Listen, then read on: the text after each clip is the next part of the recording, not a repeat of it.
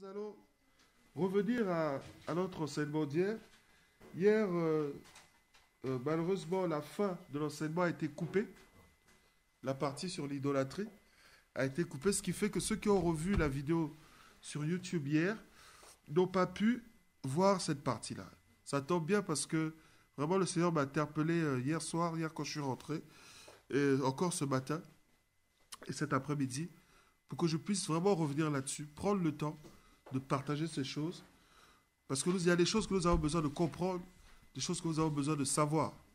Et bizarrement, je voulais écouter des prédications et je suis allé sur YouTube et je me suis rendu compte qu'il y a en ce moment beaucoup de messages qui parlent justement des idoles et de l'idolâtrie. Je pense donc que c'est vraiment la pensée de l'heure qu'il est important que nous puissions faire attention à ces choses. Vous savez, la Bible en son entièreté, si on veut vraiment synthétiser le message de l'œuvre de Dieu dans la Bible, on voit que dans l'Ancien Testament, le travail de Dieu a été de lutter contre les idoles, d'interpeller Israël sur le fait de vouer des cultes aux idoles. Et le Nouveau Testament a été de présenter celui qui doit avoir la place de Dieu dans notre vie, Jésus. Alléluia. Vous voyez, tout est question de la position de Dieu dans nos vies. Et la Bible en parle suffisamment. Nous allons aujourd'hui, en tout cas, essayer de parler de toutes ces choses tranquillement. On va prendre notre temps. On va prendre notre temps. Mon désir et le désir du Seigneur est que vraiment nous comprenions pourquoi nous nous sommes rassemblés ce mois de septembre. Alors, nous étions dans le livre de Corinthiens, le premier livre de Corinthiens, chapitre 10, versets 1 à 12. Je vais donc le relire pour pouvoir nous mettre dans le contexte. Mais je vais, pour que nous puissions bien comprendre, et c'est ce que je disais hier, nous allons commencer à le lire à partir du dernier verset du chapitre 9. On comprend, il faut que vous sachiez, on vous le dit, mais c'est toujours bien de répéter, que la Bible, avant, quand elle était écrite, c'était des lettres, surtout le Nouveau Testament plutôt. Donc, c'est pour ça qu'on dit épître. Et ces lettres n'étaient pas séparées en versets et en chapitres. Donc c'était un message qui était d'une cohérence, qui était cohérent du début jusqu'à la fin. Donc c'est pour ça qu'il ne faut pas séparer ces textes-là comme ça. Il faut le prendre dans son entièreté. Il faut comprendre le contexte dans lequel les choses ont été dites. Et lorsque nous voyons dans 1 Corinthiens chapitre 9, nous voyons que Paul est en train de parler et il s'adresse aux Corinthiens, il les exhorte.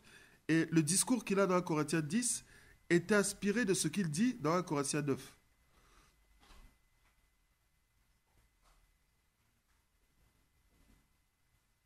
On peut pas lire à partir du verset 24. 1 Corinthiens 9 à partir du verset 24. Ne savez-vous pas que ceux qui courent dans le stade courent tous, mais qu'un seul remporte le prix? Courez de manière à le remporter. Courez de manière à le remporter. Tous ceux qui combattent s'imposent toute espèce d'abstinence et le font pour obtenir une couronne corruptible. Mais nous faisons-le pour une couronne incorruptible. Moi donc, je ne cours pas comme battant l'air, comme à l'aventure, je frappe, non pas comme battant l'air, mais je traite durement mon corps, je tiens assujetti, de peur d'être moi-même rejeté après avoir prêché aux autres. Qu'est-ce que fait Paul là? Qu'est-ce qu'il nous dit? Hein? Qu'est-ce que fait Paul quand il nous dit ça? Il nous avertit, nous interpelle. Ok? Il dit, lorsque vous avez un objectif dans la vie, lorsque vous voulez remporter un prix, vous avez un objectif dans la vie, il y a toutes sortes d'abstinences, toutes sortes de prix que vous avez à payer pour atteindre cet objectif. Alléluia. C'est une mauvaise nouvelle pour ceux qui pensent que dans le Seigneur, tout est beau, tout est doux, tout est facile et tout doit être agréable. Lorsqu'on court après l'objectif, on doit courir, on doit s'astreindre à des est-ce que quelqu'un a un mouchoir, s'il vous plaît? On doit s'astreindre à des... Merci. Lorsque l'on court, on doit s'astreindre à toutes sortes toutes sortes de disciplines, toutes sortes d'entraînements, toutes sortes d'exercices pour pouvoir être opérationnel. Quand vous voyez un Usain Bolt, vous claquez les 9 secondes, là, vous croyez qu'il s'est levé le matin, il a mangé des céréales ou bien il a bu un verre de Red Bull et puis il est venu, il a couru. Non, le gars, il a travaillé. Hein? Le gars, il a travaillé. Les athlètes savent ce que c'est que de payer le prix de la victoire, pour obtenir la victoire. Donc, Paul nous exhorte à ça. Il nous dit la même chose, de la même manière que les athlètes, eux, pour remporter un prix, pour gagner une médaille, s'astreignent toutes sortes de privations, de disciplines. Vous aussi, pour remporter ce prix, qui, à la différence du leur, n'est pas corruptible, parce que leur médaille vont les amener, vont pas aller au ciel avec. Hein. Même pas une question du ciel, ils vont seulement mourir là. Et puis ils les perdent. 2 fois même tombent malades, 2 fois même ils les perdent. Ils savent où est-ce que j'ai vu ma médaille. Mais nous, la couronne pour laquelle nous courons, c'est l'éternité. Et donc c'est une couronne incorruptible. Et dis donc, elle a beaucoup plus de valeur que ces médailles d'or, ces médailles de bronze, ces médailles d'argent. Donc si ce pourquoi nous courons a autant de valeur, alors ne méprisons pas le prix, ne méprisons pas le prix que nous avons à payer. Non, qu'est-ce que je raconte? C'est ma femme qui m'a perturbé. Ne nous privons pas ou n'économisons pas d'énergie ou de prix à payer pour pouvoir atteindre cet objectif parce que c'est un objectif de valeur. Il dit donc, moi, je ne cours pas comme à l'aventure, donc je ne fais pas n'importe quoi. Je ne m'engage pas dans une aventure inconsidérée. Il dit, je ne frappe pas comme bâtonnière, c'est-à-dire je ne tape pas dans le vide. Je ne fais pas des coups d'épée dans l'eau. Mais je traite durement mon corps, je traite durement mon corps, je le tiens assujetti, de peur d'être moi-même rejeté après avoir prêché aux autres. Ouais, ça c'est, ce verset accrédite la thèse que je vous ai dit hier, qu'on peut échouer dans sa vie chrétienne. Même Paul reconnaît que s'il ne fait pas ce qu'il a prêché, il va être rejeté. C'est pour ça que la théorie selon laquelle quand une personne est réellement convertie, elle ne peut pas chuter là. Oui, elle est réellement convertie. Bon, c'est par ses œuvres qu'on voit qu'elle est réellement convertie. Hein? Que l'on reconnaît qu'elle est réellement convertie. Mais si les œuvres n'accompagnent pas son statut de converti, cette personne peut échouer. Alléluia. Il dit donc, il nous met en garde. Ensuite, pourquoi il nous met en garde? Et c'est là, il nous l'explique maintenant au chapitre 10. Il dit, je vous mets en garde parce que je ne veux pas que vous ignoriez que dans l'histoire, je vais vous raconter l'histoire pour que vous compreniez. Je ne veux pas que vous ignoriez que nos pères, nos ancêtres, ils ont été tous sujets à la même réalité spirituelle. C'est-à-dire, ils ont été conduits par la nuée. Ils ont traversé la mer. Ils ont mangé la manne. Ils ont bu de l'eau du rocher. Il dit, tous, ils ont été conduits. Ils sont passés par là. Mais, malgré cela, peu d'entre eux ont été trouvés agréables à Dieu. Et la preuve, ils en sont morts dans le désert. Alléluia. Après, on dit, mais oh là là, certainement, il n'avait pas le Saint-Esprit. Non, il dit non. Ils buvaient des eaux à un rocher. Et ce rocher était Christ. Ça veut dire qu'eux, ils avaient déjà Jésus. Il n'habitait pas en eux, mais il opérait avec eux. Sous l'image d'un rocher, donc ils ne sont pas excusables. Alléluia. Et il dit, à cause de cela, ils sont morts dans le désert. Et le verset 6 dit une chose qui nous interpelle, nous. Ces choses sont arrivées pour nous servir d'exemple. Autrement dit, il nous solidarise avec nos ancêtres. Il nous solidarise avec, tu peux dire c'est les ancêtres des Hébreux. Non, mais si tu es lecteur de la Bible, c'est que ça te concerne aussi. Il dit donc, en fait, Paul nous exhorte à faire l'analogie, la comparaison entre leur situation à eux et la nôtre. Donc si on compare nous aussi, on va dire nous aussi. Nous sommes sujets à une réalité spirituelle qui nous vient de notre nouvelle naissance et de notre conversion. Nous avons reçu le Saint-Esprit. Nous recevons des directives du Saint-Esprit. Nous entendons la parole. Nous prions, nous avons reçu, nous sommes capables d'entendre Dieu nous parler, mais pourtant, malgré cela, peu d'entre nous entreront au ciel. Pourquoi? Pourquoi? Parce que peu d'entre nous seront agréables à Dieu. Peu d'entre nous seront agréables à Dieu. Voilà pourquoi peu d'entre nous entreront au ciel. Un jour, je pensais, je me suis mis à calculer, à transcrire en mètres carrés les dimensions de la Jérusalem céleste. Il y a longtemps, je me souviens même plus c'était quoi la dimension. Et je me rends compte que physiquement, c'est une petite taille. Et puis je me suis dit, mais pourquoi, si on est censé être esprit quand on va être sauvé, pourquoi est-ce que Dieu nous donne cette indication? J'ai compris que le Seigneur voulait nous faire comprendre qu'effectivement, il y aura peu de personnes qui seront sauvées. Peu de personnes qui seront... Il y a beaucoup d'appelés, mais il y a peu d'élus. Il y a peu qui seront sauvés. Pourquoi? Parce que dans les derniers temps, la Bible nous dit, les hommes auront la démangeaison d'entendre des choses agréables. Ils fuiront ce qui est l'essentiel, ce qui fait notre salut, la parole de Dieu. Ils fuiront les principes qui sont attachés à notre identité d'enfant de Dieu. Ils manqueront d'amour, ils seront avides d'argent, ils seront avides d'honneur, ils seront attachés à la gloire. Et toutes ces choses démontrent que la génération qui précède le retour de Christ, en fait, sera celle dans laquelle il y aura le moins de sauvés, dans laquelle il y aura le moins de personnes sauvées. Donc l'interpellation nous concerne aussi. Alléluia. Par ces mots, Paul te parle à toi aussi. Il te dit, la situation dans laquelle tu es, les éléments qui font ta vie spirituelle, ce par quoi tu détermines que tu es en règle avec Dieu, ne suffit pas pour qualifier, pour déterminer effectivement que tu le sois. Le fait de prier, d'aller à l'église, le fait de connaître 2-3 versets, ou même de connaître la Bible entière, ne signifie pas que tu sois en ordre avec Dieu. Ou que tu sois en position de ne pas échouer, ou de ne pas être tenté, ou de ne pas être piégé. Alléluia.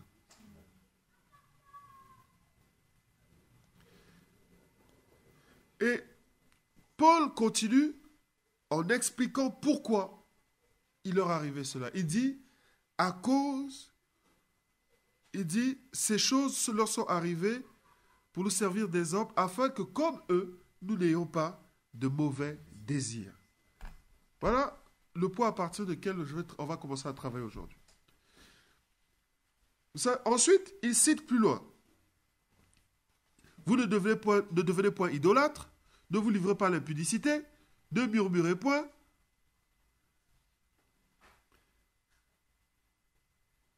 ne tentez pas le Seigneur.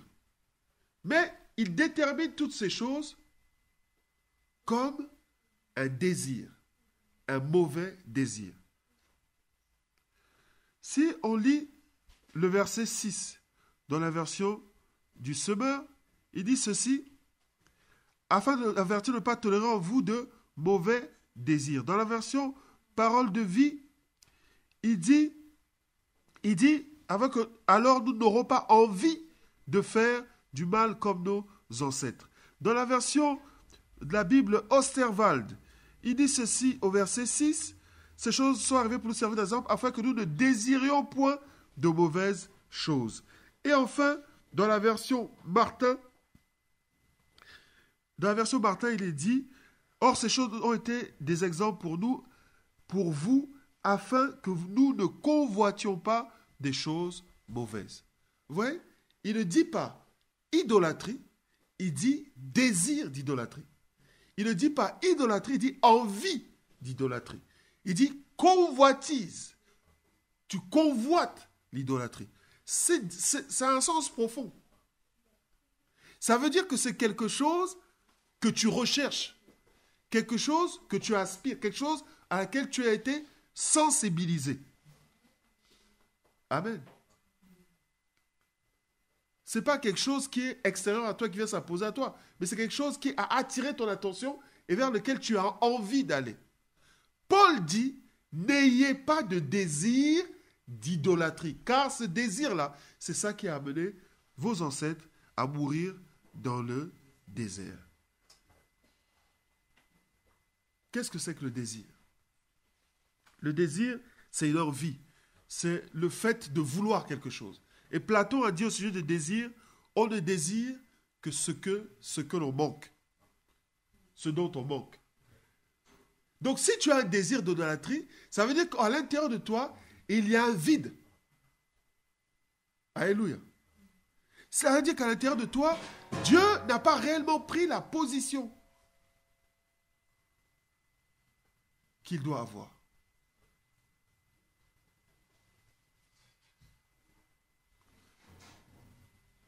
Est-ce que vous comprenez? Est-ce que vous comprenez la subtilité qu'il y a là? Il ne dit pas l'idolâtrie, mais le désir de l'idolâtrie. Et nous avons défini l'idolâtrie comme, c'est le plus simplement possible, le fait de donner à un homme ou à un objet ce qui est redevable à Dieu. Donner la place que doit avoir un Dieu dans notre vie à un homme, à un objet ou à une chose quelconque. Et donc, quand on regarde les Israélites de cette époque, effectivement, en lisant le passage d'Exode, Exode 32, Exode 32 au verset 1,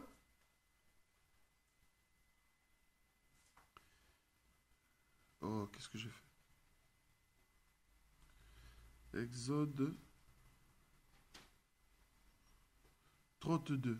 Au verset 1, il dit, « Mais le peuple, voyant que Moïse tardait tant à descendre de la montagne, s'assembla vers Aaron et lui dit, lève-toi, fais-nous des dieux qui marchent devant nous, car quant à ce Moïse, cet homme qui nous a fait monter du pays d'Égypte, nous ne savons pas ce qui lui est arrivé. » Le vide, l'absence de Dieu, entre guillemets, au lieu de le voir comme une absence de relation ou de connexion avec Dieu, ils l'ont déterminé comme une absence de Dieu. Celui qui a un désir d'idolâtrie, c'est pas que Dieu n'est pas dans sa vie, c'est que lui, il ne connaît pas Dieu. C'est pas que Dieu n'existe pas, c'est qu'en lui manque Dieu. Et comme il a ce désir d'avoir quelqu'un à qui adorer, quelqu'un vers qui élever son adoration, quelqu'un à vénérer, il commence à rechercher, à être attiré par des choses qui vont prendre la place de Dieu. Alléluia.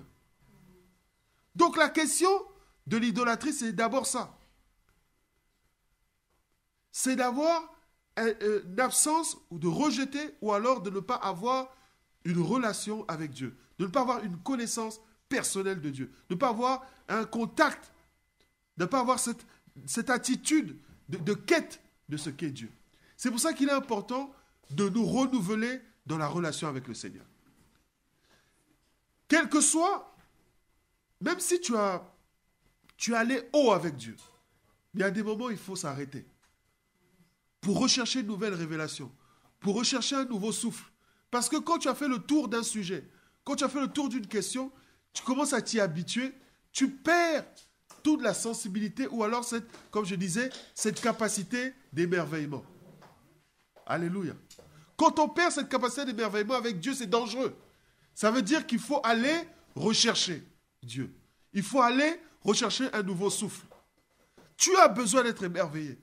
Moi, j'aime quand je lis un passage de la Bible ou quand le Seigneur m'enseigne quelque chose et que je suis pressé d'en parler comme si je venais de découvrir un trésor. Mais quand j'ai tellement parlé d'une chose que ça commence à devenir, je maîtrise le truc de bout à bout, je n'aime pas ça, je m'arrête et je repars vers le Seigneur pour rechercher une nouvelle révélation. Parce que je sais que si je m'habitue, je vais commencer à prendre l'habitude, excusez-moi la répétition, de m'habituer à Dieu. Je vais perdre ma capacité d'émerveillement devant Dieu. Et ça, c'est le meilleur moyen pour que la crainte, le respect, la considération que tu as vis-à-vis de Dieu commence progressivement à se perdre. Amen. J'ai beaucoup de choses à vous dire, ça se bouscule dans ma tête. J'espère pouvoir... En tout cas, je vais prendre mon temps. Même s'il faut qu'on parle de ça 5 jours, on va parler de ça 5 jours. Je veux que chacun puisse comprendre ce dont on doit parler aujourd'hui. Et l'objet du désir, quand on désire quelque chose, il y a un côté positif. C'est-à-dire que ce que l'on désire, on le désire parce que c'est pour nous une source de plaisir, ou une source de bonheur, ou un certain contentement. Je désire être avec ma femme parce que je prends du plaisir à être avec elle, elle est mon bonheur, elle me contente. Je désire être dans la présence de Dieu parce que dans la présence de Dieu, je me sens bien, je trouve cela agréable. Je désire être avec mes frères parce qu'il est doux, agréable de demeurer ensemble. Les frères de demeurer ensemble, même si la Bible, c'est pas parce que la Bible le dit, mais parce qu'on a toujours plaisir à se retrouver ensemble. Je désire faire telle chose parce que j'y prends plaisir. Mais le désir aussi a un côté négatif, dans le sens où quand on a un désir, on désire quelque chose qui nous fait mal, qui nous fait souffrir, ou qui est contraire à nos valeurs, ça veut dire qu'on est dans de l'obsession. Alléluia. Quand on désire quelque chose quand on désire quelque chose qui nous fait du mal, dont on sait que ce n'est pas bien pour nous. Quand on aspire à quelque chose qui n'est pas pour nous, qui est mauvais. Par exemple, quand la Bible te dit les mauvaises compagnies corrompent les bonnes mœurs. Et que tu as ta meilleure pote là, tu sais que c'est même le diable en personne. Elle doit même vivre en enfer. Mais comme tu dis, c'est ta copse. C'est ta pure, c'est ton iPod. Mais la Bible te dit, cette personne-là, au niveau où elle est, tu lui as parlé du Seigneur, elle ne veut pas écouter. Mais le Seigneur te dit, mais une séparation. Mais toi, tu dis, non, je ne peux pas. C'est mon ami quand même et tout. Et le désir que tu auras à chaque fois de retrouver cette personne-là, en fait, devient pour toi un obstacle. Parce que tu choisis à ce moment-là de pouvoir suivre ce que tu désires faire plutôt que de suivre ce que Dieu te demande de faire. Est-ce que vous comprenez ce que ça veut dire? Le danger du désir, c'est qu'il peut avoir un caractère obsessionnel et te faire perdre toute mesure. C'est là la différence entre, par exemple, l'amour et le fanatisme. Celui qui est fanatique est excessif. Il veut te voir tous les jours, il veut te regarder. Oh bébé, je ne t'ai pas appelé aujourd'hui, bébé. Oh bébé, il t'appelle toutes les heures, minuit, 2 heures du matin, je ne sais pas quoi. Oh Aldélie, vraiment, tu ne m'as pas parlé depuis hier, vraiment. Mais je t'ai appelé, j'ai appelé 2 fois, le téléphone a sonné, tu n'as pas pris. Dès que les rapports obsessionnels, là, le téléphone ne doit jamais être déchargé. Si le téléphone est déchargé, le type n'arrive plus à travailler. Mais qu'est-ce qu'il y a? Non, non, non. Mais ton dossier, tu finis pas. Non, non, je vais appeler ma femme parce que votre compte n'est pas accessible. Il n'est pas tranquille. Dès seulement que tu fais l'erreur d'allumer le téléphone. Mais tu étais où? Je t'appelais. Tu étais avec qui? Alléluia. C'est ce côté obsessionnel qu'il y a dans le fanatisme. C'est tout dans l'excès. Mais l'amour est tout en équilibre. Parce que l'amour, c'est même reprendre. L'amour, c'est dire non. Le fanatisme ne sait pas dire non. L'amour pour le bien, c'est dire non. Moi, quand je dis à mes enfants, je dis non pour quelque chose, c'est pas que je l'aime pas. Ouais, de fois, oh oui, non. Oh, pourquoi tu fais ça? Faut le laisser. Je dis, toi, tu peux pas aimer mon enfant plus que moi. Mais si je lui dis non, je sais que c'est pour son bien. Alléluia. D'ailleurs, même implicitement, l'enfant comprend. Même Alice qui est toute petite, tu la grondes, elle pleure, mais tu lui tends les mains, elle fonce vers toi. Elle sait qu'il y a personne qui est en face de lui l'aime. Mais le fanatisme, c'est... Un fanatique, celui qui est ton idole peut te dire saute du 15e étage, ça va sauter.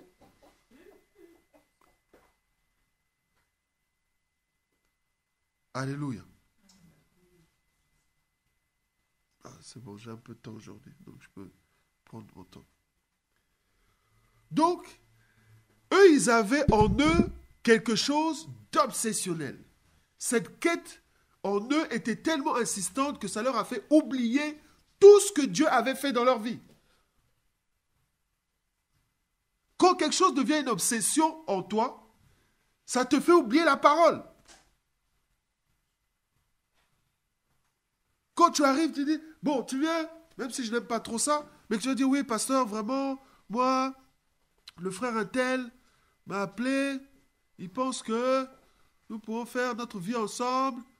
Oh, pasteur, qu'est-ce que tu en penses? Ah, écoute, moi, le frère un tel que je le vois.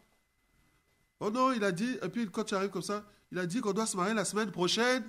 Et il dit, ma soeur, si le pasteur te dit, non, connaissant le frère, il n'est pas prêt à se marier. Prenez le temps de vous calmer. Prenez le temps de vous préparer. Vivez 1 an de fiançailles. Prenez le temps. Voilà. Ah! Tu lui dis ça. La personne. Si ce jour-là même le courage quand même t'insulter. Oui, la soeur, elle n'est pas venue à l'église. Disparue de l'église. Et puis tu apprends qu'elle allait faire bénir son mariage dans une église quelque part. Mais, après le jour, ça va brûler, c'est toi qui vas appeler. Oh, pasteur, je connais, tu avais raison. Parce que dès l'instant où un désir obsessionnel s'installe en nous, nous ne sommes plus capables d'entendre ce que Dieu dit. La parole de Dieu devient une souffrance pour nous. On ne l'accepte plus. Tout ce qui nous reprend, tout ce qui nous interpelle, devient un obstacle pour nous. Alléluia. Vous voyez qu'avec quel mépris il parle de Moïse? Il dit quoi? Ce Moïse-là, celui qui nous a fait sortir, soi-disant Moïse, je ne sais pas qui là. On ne sait même pas, il est parti, on ne sait pas d'où il vient. Vous entendez comment il parle de Moïse? Vous avez vu ce que Moïse a fait pour eux et avec eux? Quand Moïse a affronté Pharaon, le nombre de choses, les serpents qui se sont transformés en bâtons et inversement, la mer rouge qui sont ouvertes. Mais la mer rouge ne s'est pas ouverte toute seule. Dieu a dit à Moïse, tends ton bateau. Donc les gens ont vu quand même Moïse dans des déploiements de puissance. Ils ont vu Moïse, comme on dit, à qui phare à phare avec Dieu. Il dit, allez, toi, lève-toi, fais-nous des dieux, marche devant nous. Car quant à ce Moïse, là, cet homme qui nous a fait monter du pays d'Égypte, là, il ne reconnaît même plus ses dieux. Mais cet homme nous a fait monter du pays d'Égypte, là, nous ne savons pas ce qui lui est arrivé. On méprise souvent, à ce moment-là, la voie par laquelle Dieu nous parle. Parce que on prend plaisir. Et c'est là où on arrive à ce qu'on disait la dernière fois. Le verset 7, je crois. Que quelqu'un me lise le verset 7 d'un Corinthiens 10, là. S'il vous plaît. Verset 7.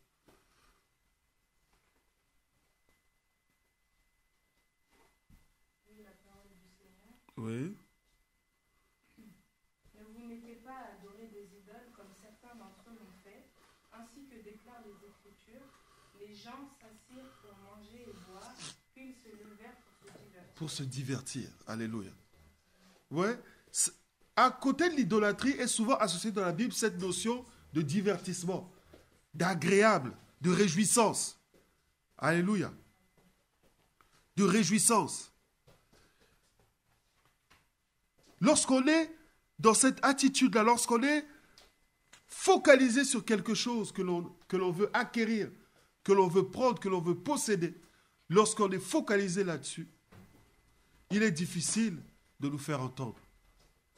Il est difficile, nous en tant que pasteurs, de nous faire entendre lorsque l'on parle à des gens qui sont focalisés comme ça, obsédés sur quelque chose. Surtout,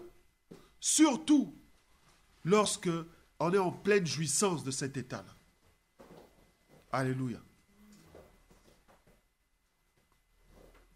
Surtout que généralement, quand tu as des gens, quand ils viennent comme ça pour venir, pour te convaincre, ils se déploient les armes de guerre.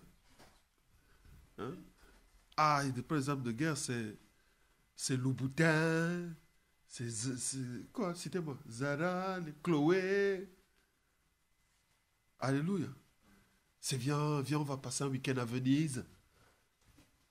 Tiens, on va manger sur les champs. Toi, on t'a jamais invité de ta vie. Là, tout de suite, clac, selfie, Facebook. Parce qu'il faut manger. Hashtag j'ai trouvé. Oh, Dieu est bon. L'exhortation le soir même. Bien aimé, il faut être fidèle dans la vie. Dieu est bon. Tu ne sais pas d'où tu viens. Tu commences déjà à rendre grâce à Dieu. Alléluia. Mais après, quand le type, tu le vois dans sa vraie face, comme disait l'autre, robe blanche est devenue robe noire.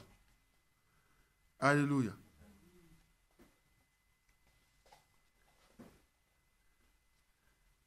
Le désir d'idolâtrie, l'obsession de rechercher, et nous avons dit qu'est-ce que c'est que l'idolâtrie. Nous avons deux définitions de l'idolâtrie. Nous avons la notion d'idolâtrie biblique qui consiste à donner des attributs divins à une représentation et d'en faire un objet de culte. Il y a des dieux dans la Bible qui ont été des dieux de bois, de pierre, d'eau, à qui on a donné des attributs divins. On a dit, bon, toi, comme ils ont dit, comme on voit dans Exode 32, ils ont fabriqué un veau d'or, ils ont dit, bon, voici notre Dieu qui nous a fait sortir du pays d'Égypte. Et nous avons dit, là encore, il y a deux types d'idolâtrie. Il y a l'idolâtrie qui consiste à reconnaître un objet, une personne comme Dieu.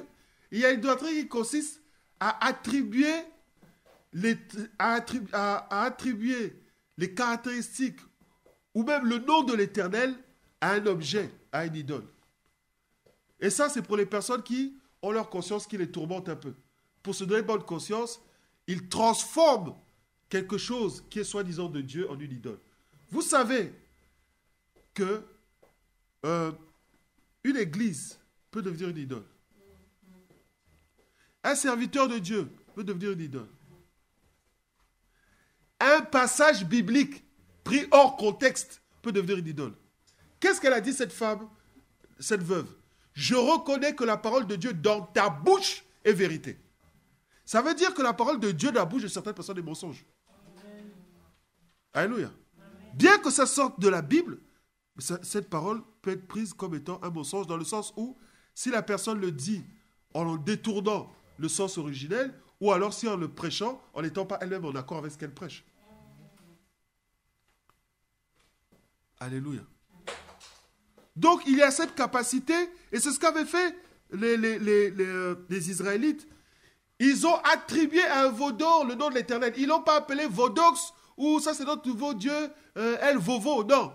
Ils ont pris ce veau et ils l'ont appelé de l'Éternel. Et même Aaron, ce charlot, va dire, demain nous fêterons au nom de l'Éternel. Aaron, il y a des Juifs qui se perdent, franchement.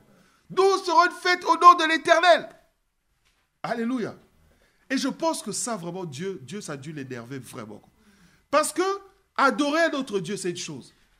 Mais traiter Dieu comme un bœuf qui mange de l'herbe, mais ça, c'est un manque de respect.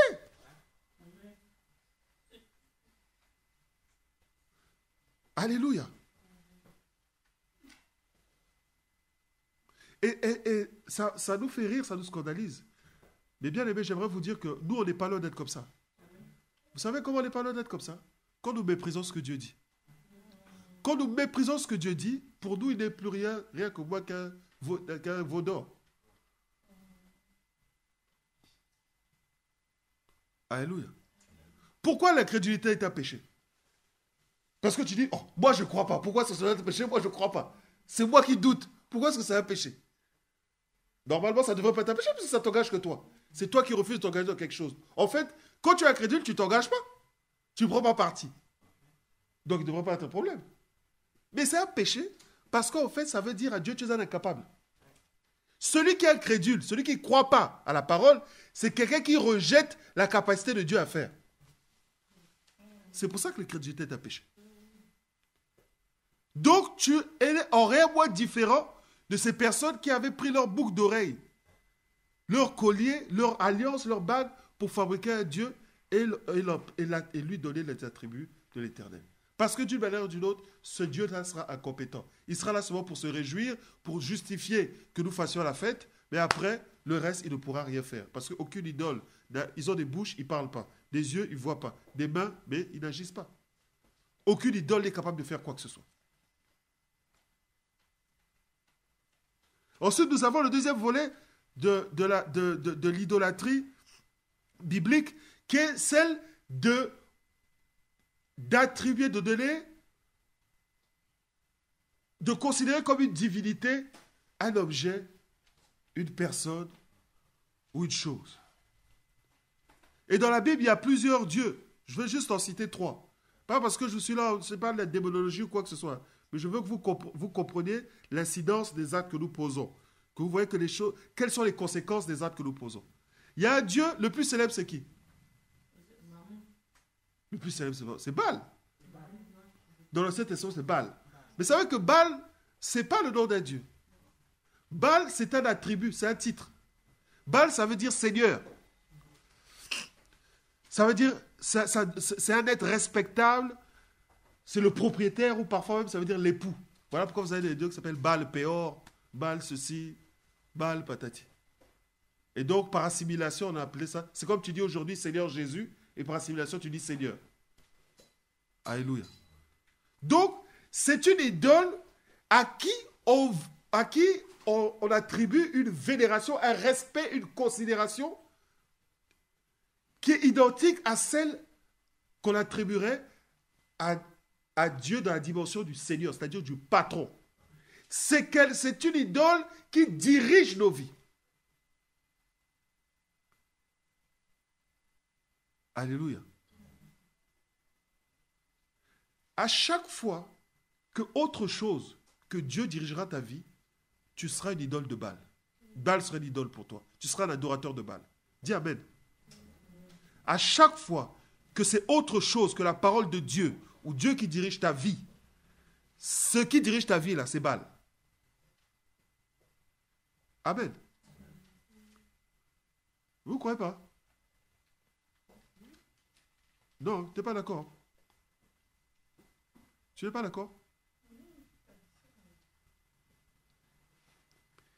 Le jour où tu as la parole de Dieu te dit X, et que la personne ou la chose qui a du prix à tes yeux te dit Y, et que tu décides de faire Y ou de faire X, cette personne devient l'idole pour toi. Et cette idole-là, elle est caractérisée justement par Baal, qui est une autorité, une personne respectable. C'est quelqu'un à qui tu donnes de la valeur plus qu'à Dieu. Ensuite, on a Mammon. Mammon, c'était le nom Mammon signifie riche ou richesse. Il parle de la richesse matérielle, mais ce qui est subtil, c'est quoi? C'est que c'est associé à l'avarice. Donc, c'est l'amour de l'argent. Ce n'est pas simplement le cumul d'argent, mais je cumule pour garder pour moi. Ceux qui sont conduits par Mammon, c'est ceux qui sont prêts à tout pour être riches. Mais c'est des personnes qui ne redistribueront jamais leur richesse. Quand tu dors sur ton argent, tu es comme Picsou là. Tu dors sur ton argent. Vous savez qu'il y a des gens qui se lèvent la nuit, il ouvre son tiroir pour compter son argent. Il dit, bon, ouais. Alléluia. Quand l'argent devient un objectif pour toi contre tout, c'est-à-dire tu peux tout accepter de tout perdre, mais ton argent jamais.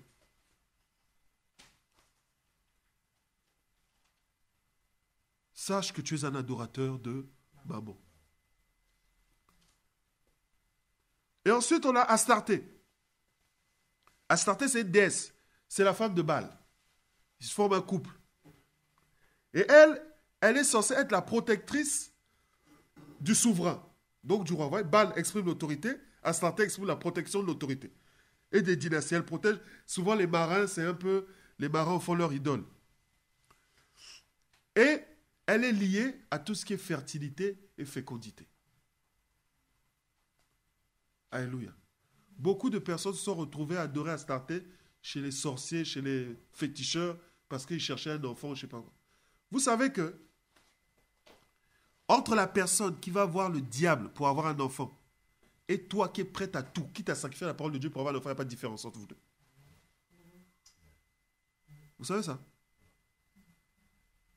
Tout ce qui devient un désir obsessionnel pour toi était une idole. Tout ce qui t'empêche de faire ce que tu as à faire pour Dieu, parce que tu recherches quelque chose, est une idole. Si vous comprenez l'idole seulement comme un objet de bois sur lequel tu viens te mettre à genoux, vous risquez de chuter, comme ont chuté les Israélites. Vous risquez de laisser s'installer dans vos vies des choses qui vont renverser la position de Dieu dans vos vies. Et le Seigneur m'a expressément recommandé d'insister là-dessus aujourd'hui. Parce qu'il veut que nous comprenions qu'il y a des choses dans nos vies. Tout le travail de Dieu a été de débarrasser Israël de ses idoles. Et à chaque fois qu'Israël s'est entêté, Dieu a frappé Israël pour qu'ils comprennent qu'il y a quelque chose de mauvais dans suivre les idoles. Vous voyez ce que je disais tout à l'heure? Le désir, le côté négatif du désir. Ça leur faisait... Ils étaient frappés parce qu'ils se détournaient de Dieu. Mais pourtant, ils reconnaissaient à chaque fois. Parce que c'était obsessionnel. Ils avaient toujours besoin de remplacer le silence par Dieu. Dieu ne peut pas parler tout le temps, tout le temps, tout le temps. Nous voulons que Dieu parle tout le temps. Il y a un moment, quand on a commencé l'église, il y a 6 ans, il y a des gens qui venaient à l'église, c'était bon, hein? Oui, et puis 2, 3 prophéties, après maintenant, cette prophétie, ils veulent les prophéties tous les jours. Non, on va l'enseignement, mais non, ils veulent se... Ils disent, oh, comment? C'est pas la maison, c'est pas la foi. Les gens qui n'aiment jamais la parole. Oh, venons seulement, on va prier.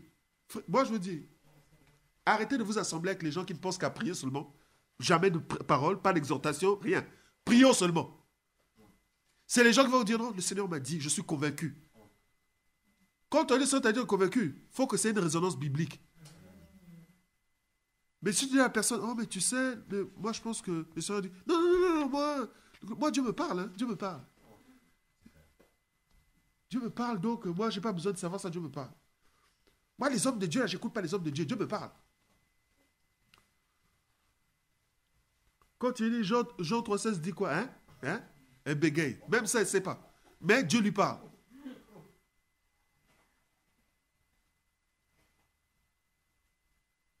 Nous avons, c'est ce que je disais, la nature humaine, je disais hier, a horreur du vide.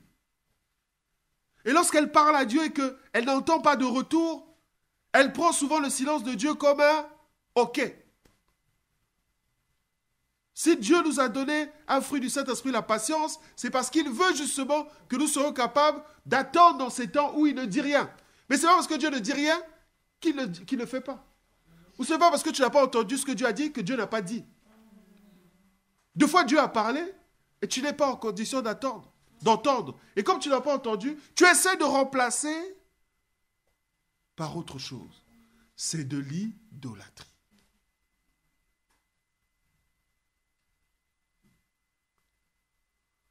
Alléluia.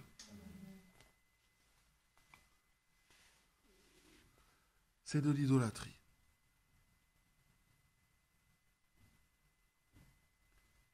Et ensuite, nous avons un autre aspect de l'idolâtrie.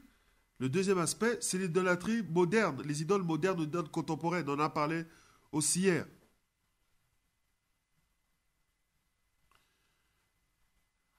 C'est toutes ces personnes à qui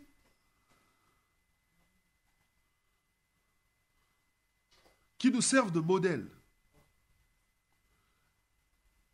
Et dans la relation avec, notre relation avec eux est caractérisée encore une fois par cette obsession de tout ce qui touche de près ou de loin à cette personne ou à cette chose.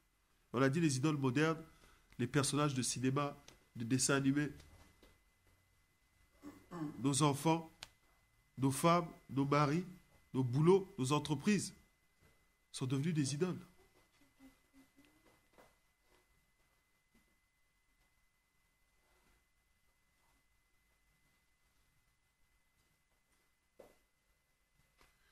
Alléluia. Vous savez, si vous regardez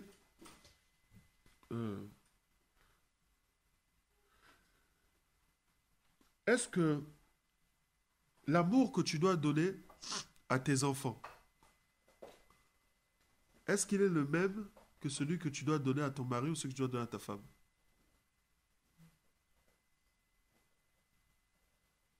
Est-ce que l'amour que tu donnes à ton conjoint,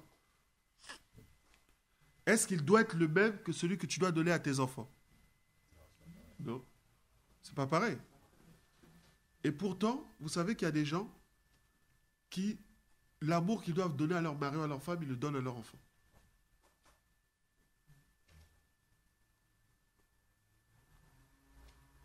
C'est quelqu'un comme ça va te dire que tu sois là ou que tu ne sois pas là. Moi, ça me fait rire, j'ai mes enfants.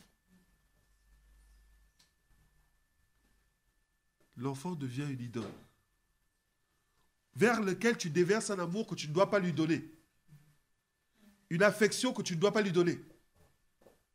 Parce que ce n'est pas le même. Tu as l'impression, malheureusement, on a l'impression qu'on aime moins nos enfants parce qu'on est attaché à quelque chose. C'est faux. Ce n'est pas le même sentiment. Ce n'est pas la même émotion. Ce n'est pas la même chose que l'on donne. Et si tu es prêt, si tu es capable de dire, non, tout sauf ça, de limiter la relation que tu as avec ton conjoint, ou de la laisser affecter par rapport au rapport que tu as avec tes enfants. Je réexplique. Si tes rapports avec ton conjoint sont affectés par les rapports que tu as avec tes enfants, il y a un problème. Parce que ce n'est pas le même sentiment. Ça veut dire une chose. Soit tu n'aimes pas ton mari, soit tu n'aimes pas ta femme, ou soit tu aimes trop tes enfants. C'est-à-dire tu leur as donné l'amour d'une mère ou d'un père, mais tu as rajouté l'amour du conjoint. Tu l'as mis sur les enfants. Et dans ce cas, ils deviennent une idole parce qu'ils sont à la place, ils ne sont pas à la place qu'ils doivent avoir.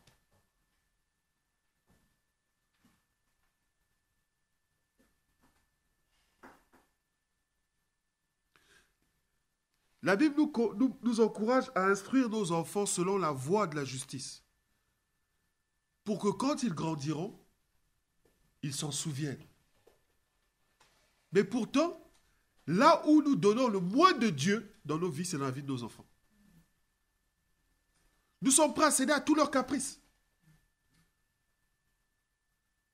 Moi, je vous dis une chose. Moi, je sais, mes enfants, même si je ne veux pas me prendre comme modèle, mais je veux simplement dire, parce que je ne veux pas parler de quelqu'un d'autre, je parle de moi. Pas qu'on dise, oh non, le pasteur, il a parlé de moi. Non, lâche-moi. Non, moi, personne ne pourra se plaindre. À part ma femme, si elle veut se plaindre, mais bon, c'est pas grave, on va régler ça. Moi, mes enfants, on ne les a jamais épargnés. Des fois, on a pitié d'eux, on se dit, ah, ils sont fatigués. Mais ils ont tellement été dans ce moule qu'ils prennent plaisir à participer aux choses de Dieu. Aujourd'hui, on est arrivé au niveau où le culte familial, c'est les enfants qui le conduisent à la maison. Et où notre grande fille nous fait l'exhortation tous les jours. Tous les jours, elle ouvre la Bible, elle trouve un passage biblique, elle vient nous faire une exhortation. Et on entend Dieu lui parler. Mais ça nous réjouit. Mais si on avait écouté les premiers capres, oh non, moi, j'ai pas, moi, je m'ennuie, on ne serait pas arrivé là. Même si demain, elles peuvent dévier, mais on sait qu'il y a une semence qui est en eux, qui va éclore un jour.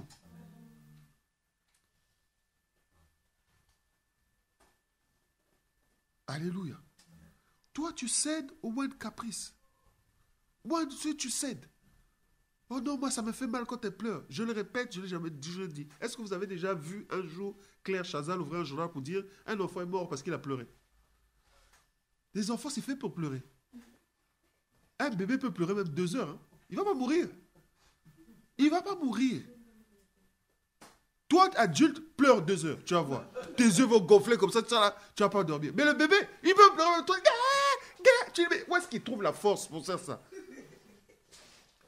Ou dès que pleure, oh non, ça me fend le cœur. Hein, fends-toi le cœur. Après, tu vas te plaindre. Ce sont des idoles modernes. Les artistes. Quand je vois que des artistes chrétiens sont aujourd'hui quasiment des sujets d'adoration. Eux-mêmes, ils s'auto-programment comme des formes d'idoles. Oui, parce que nous aussi, on doit aussi être moderne, professionnel, patati. On ne doit pas, oui, c'est vrai, même si on n'est pas de ce monde, on est quand même dans le monde, on doit faire une chose telle manière, oui, bon, moi, pour venir chanter, il faut voir mon attaché de presse, tu vois, mon manager, mon cachet, c'est tant, on paye d'abord avant de venir, patati. Quand j'ai entendu que tu as des gens ici qui sont adulés, qui le jour du concert, avant de montrer sur la scène, ils disent, si on ne me paye pas, je ne chante pas. Et tu as des gens qui sont assemblés là, qui attendent. Après tu vois la personne dire, oh, je sens la présence du Seigneur. Quelle sent la présence du Seigneur? On brûle les gens.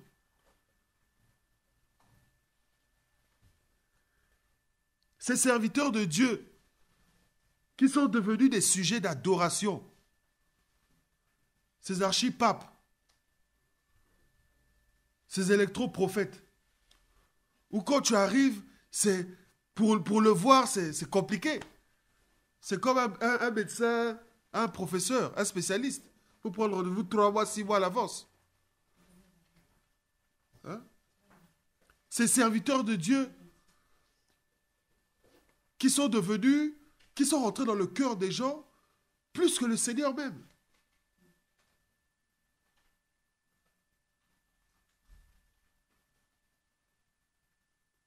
Alléluia. Ces églises que l'on défend, moi je suis de telle église, moi je suis de telle église. Oh non, pourquoi tu es allé dans l'autre église? Hein? C'est d'abord ton église. Hein? Jésus vous a dit quand il est parti, il a laissé les dénominations. Là. Oh, tu as des gens qui souffrent même de ça. Que quelqu'un soit dans une autre église. Qu'il aille assister à un séminaire ou qu'il voit... Moi, dès l'instant où les choses, où là-bas, où Christ est prêché, où la Bible est honorée, où les principes bibliques sont respectés, moi je ne vois aucun inconvénient à ce que quelqu'un aille écouter la parole. Où est le problème? On peut pas être omnibulé comme ça, croire que il n'y a que toi, il n'y a que nous. Dieu veut un équilibre. C'est pour ça qu'il n'a pas donné le ministère sur une personne. Il a réparti le ministère plutôt en 5 fonctions ministérielles pour pouvoir pousser l'Église à travailler en collaboration. Parce qu'il connaît les hommes. Il sait que si le ministère, c'est seulement un truc qu'on appellerait, je ne sais pas quoi, le ministérios. Allez, j'ai reçu le ministérios. Terminé. Tu allais voir les gens ici, ils allaient créer des églises privées. Tu allais même des gens qui étaient incapables de parler ensemble. Mais Dieu a fait exprès de repartir prophètes, évangélistes, apôtres, etc. pour que nous soyons forcés pour reconstituer l'onction originelle de Christ de travailler ensemble. Christ, en fait, a déchiré son vêtement en 5. Son onction en 5, il a réparti sur les 5 ministères. De manière à ce que, pour pouvoir reconstituer Christ, ça c'est moi qui le dis, ça n'engage que moi. Pour pouvoir reconstituer Christ, il nous faut travailler ensemble. C'est comme ça que la grâce de Dieu, qu'on a pleinement la capacité de rencontrer Christ dans une église. Quand il y a de la collaboration, parce que nous n'avons pas tous le même appel, nous n'avons pas tous le même message. Moi, Dieu m'a donné un message qui est dans le concret, qui consiste à amener les gens à évoluer, à être utiles, à être efficaces. Moi, les histoires d'Apocalypse, je ne sais pas quoi, je ne connais pas. Le jour où il faudra parler de ça, je ferai venir quelqu'un qui va parler de ça. Mais je vous dis, je ne connais pas. Moi, ce dont Dieu me parle, c'est quelque chose qui est applicable dans la vie de tous les jours. C'est pour ça que je vous parle des choses que tu peux appliquer, qui nous permettent d'amener à évoluer concrètement au quotidien. Il y en a d'autres qui sont spécialisés dans le combat spirituel, comme certains. Tu en as d'autres qui sont spécialisés dans je sais pas. Mais moi, je suis pour le plein évangile. Il y en a d'autres aussi qui peuvent t'enseigner des choses qui concernent le fait de prospérer. Ce n'est pas mauvais. Mais ce que je dis, c'est qu'il faut un équilibre à tout. On ne peut pas conseiller que la prospérité. Il y en a d'autres aussi qui ne parlent que du péché, que de la sanctification. 24 sur 24. Ça aussi, il faut équilibrer. Parce que les gens vont se sentir cognés tout le temps. Et le malheur, c'est que les gens croient que quand quelqu'un ne prêche pas le même message, il n'est pas de Dieu. On va dans une fausse église. On ne parle pas du péché. Mais toi, tu parles que du péché aussi. Tu ne parles que de ça. Donc, il faut équilibrer. Il n'y a pas que ça aussi. La Bible ne se résume pas à ça. Alléluia. Moi, je dis souvent aux gens, c'est bien. Et moi, je suis pour le premier, à préparer aux gens à l'enlèvement. Mais je veux aussi préparer les gens à vivre jusqu'à l'enlèvement. Ah oui? C'est ça aussi. Parce qu'entre l'enlèvement et maintenant, on fait comment? Hein? Ah oui, il y a des principes de vie appliqués. Acclame pour le Seigneur. Alléluia. Nous allons nous arrêter là. Il nous reste 15 minutes. Nous allons prendre un petit temps pour adorer le Seigneur et puis nous allons prier.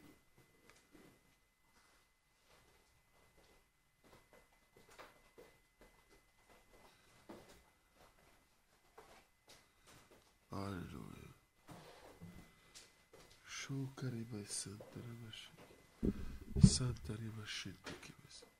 J'aimerais que tu prennes 2 minutes, 2-3 minutes pour pouvoir digérer tout ça et repenser à tout ce que, avant que nous commencions à prier, que tu repenses à tout ce dont on a parlé.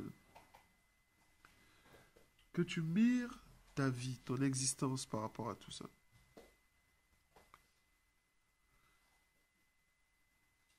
Quels sont les désirs qui sont dans ton cœur en ce moment? Quels sont les désirs qui sont dans ton cœur? Qu'est-ce qui a pris place dans ton cœur? Qu'est-ce que la Bible appelle mauvais désir et qui s'est installé dans ton cœur? Et dans le cas d'espèce, qu'est-ce qui a de la valeur dans ton cœur plus que Dieu?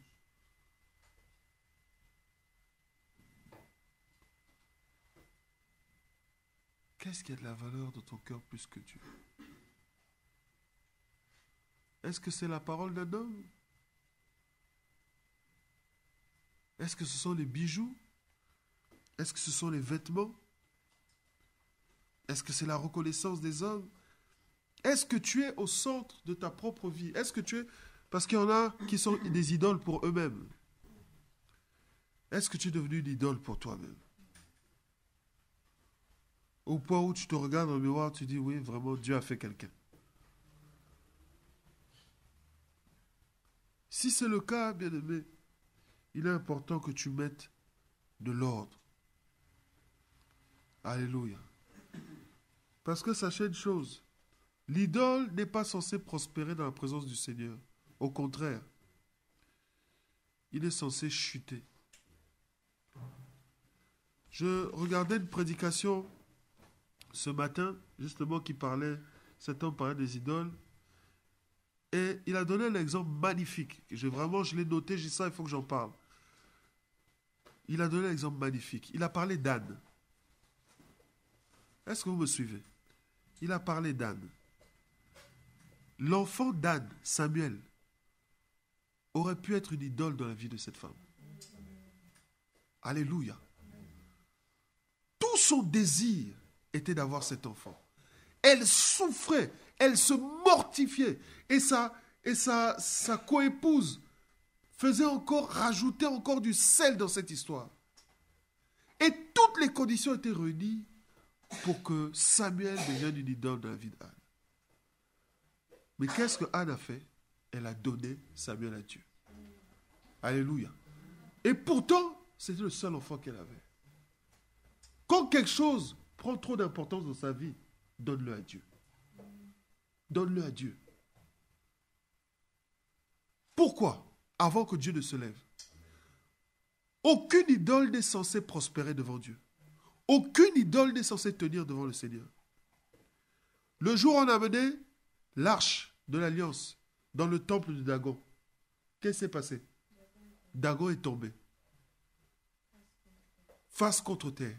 Ce n'est pas Dagon, ce n'est pas l'inverse. On n'a pas amené la statue de Dagon dans l'église. Mais on a amené l'arche de l'alliance, qui est symbole de la présence de Dieu, dans le temple de Dagon. Chez lui, sur son terrain, Dagon est tombé. Alléluia. Là, il dit, quand l'Éternel se lève, ses ennemis se dispersent.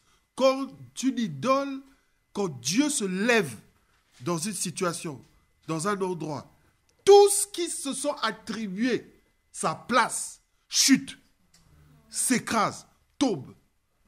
Crains, bien-aimé, crains que s'il y a des idoles dans ta vie, le jour où Dieu décidera de se lever dans ta vie, qu'il fasse le ménage à sa manière. Il y a des gens que Dieu a pris parce qu'ils devenaient une idole dans la vie des gens.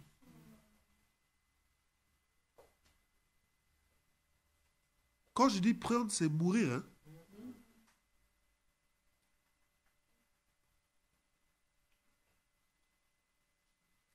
Alléluia. Qui a pris la place de Dieu dans ta vie? Qui est l'objet de ton désir obsessionnel? Qui? Quoi? Quelle est la chose dont tu ne peux pas te passer?